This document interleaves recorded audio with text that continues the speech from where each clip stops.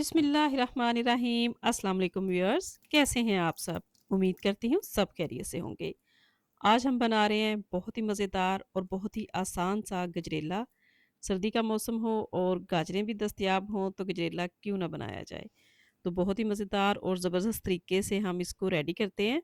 तो चलिए फिर शुरू कर लेते हैं इसको बनाना। सबसे पहले तो हम एक बर्तन ले लेंगे, फ्लेम को ऑन कर लेंगे और उसके अंदर शामिल कर लूँगी मैं आधा कप कुकिंग ऑयल का। 3 गाजरें ले ली हैं मैंने, उनको अच्छी तरह से धो लिया है और इस तरह से बारीक मैंने इनको कद्दूकस कर लिया, बारीक से मैंने इनके लच्छे रेडी कर लिए हैं। तो ये गाजरें अब हम इस ऑयल के अंदर शामिल कर लेंगे। 2 से 3 मिनट के लिए हम इन गाजरों को इस ऑयल के अंदर फ्राई करेंगे। फ्राई करने से गाजरों का जो टेस्ट है बहुत ज़बरदस्त हो जाता है। 2 से 3 मिनट फ्राई करने के बाद अब हम इसमें शामिल कर देंगे 1 कप चीनी का। चीनी से ये होता है कि जो गाजरों का फ्लेवर है वो तो और ज़्यादा बढ़ जाता है, साथ ही गाजरों के ऊपर बहुत ज़बरदस्त ही एक शाइन आ जाती है। चीनी शामिल करके 3 से 4 मिनट के लिए इन गाजरों को हम इधर फ्राई करेंगे।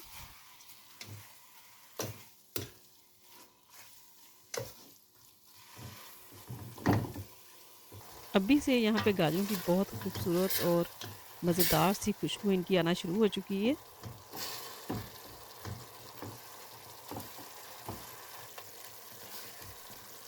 ये देखें 3 से 4 मिनट हो गए हैं, इनका पानी भी यहाँ पे चीनी का खुश्क हो चुका है।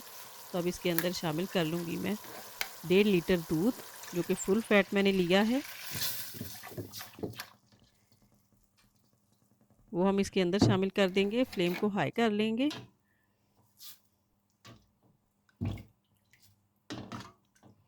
5 से 6 हरी इलायची भी हम इसके अंदर शामिल कर देंगे, इससे भी बहुत ज़बरदस्त खुशबू आती है। हमारा गजरेला बहुत ही ज़बरदस्त बन के तैयार होगा इंशाल्लाह। तो हाई फ्लेम पे हम इसके वेट करते हैं उबाल आने का।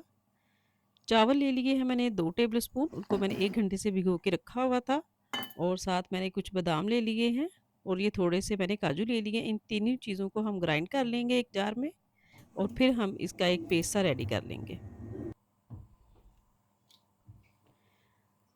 अब इन गाजरों के अंदर हम इस पेस्ट को शामिल कर देंगे।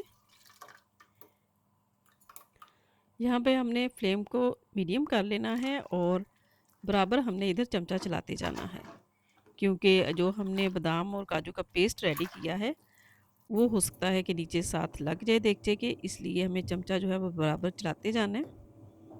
फ्लेम को मीडियम कर लेंगे। तो अब यहाँ पे हमें थोड़ी सी मेहनत करनी पड़ेगी, 20 से 30 मिनट लग सकते हैं दूध को खुश्क होने में और एक क्रीमी सा टेक्सचर आने में। तो इस तरह से जो गजरेला है हमारा ज़बरदस्त तरीके से बन के रेडी होगा।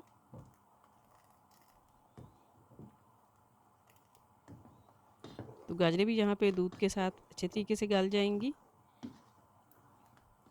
तो अच्छा, यहाँ पे हम ना ही तो कंडेंस मिल्क का यूज़ कर रहे हैं और ना ही हमने कोई क्रीम इसमें ऐड करनी है। बगैर मिल्क के और बगैर क्रीम के ही यहाँ पे बहुत मज़ेदार सा हमारा जो गजरेला बन के रेडी होने वाला है।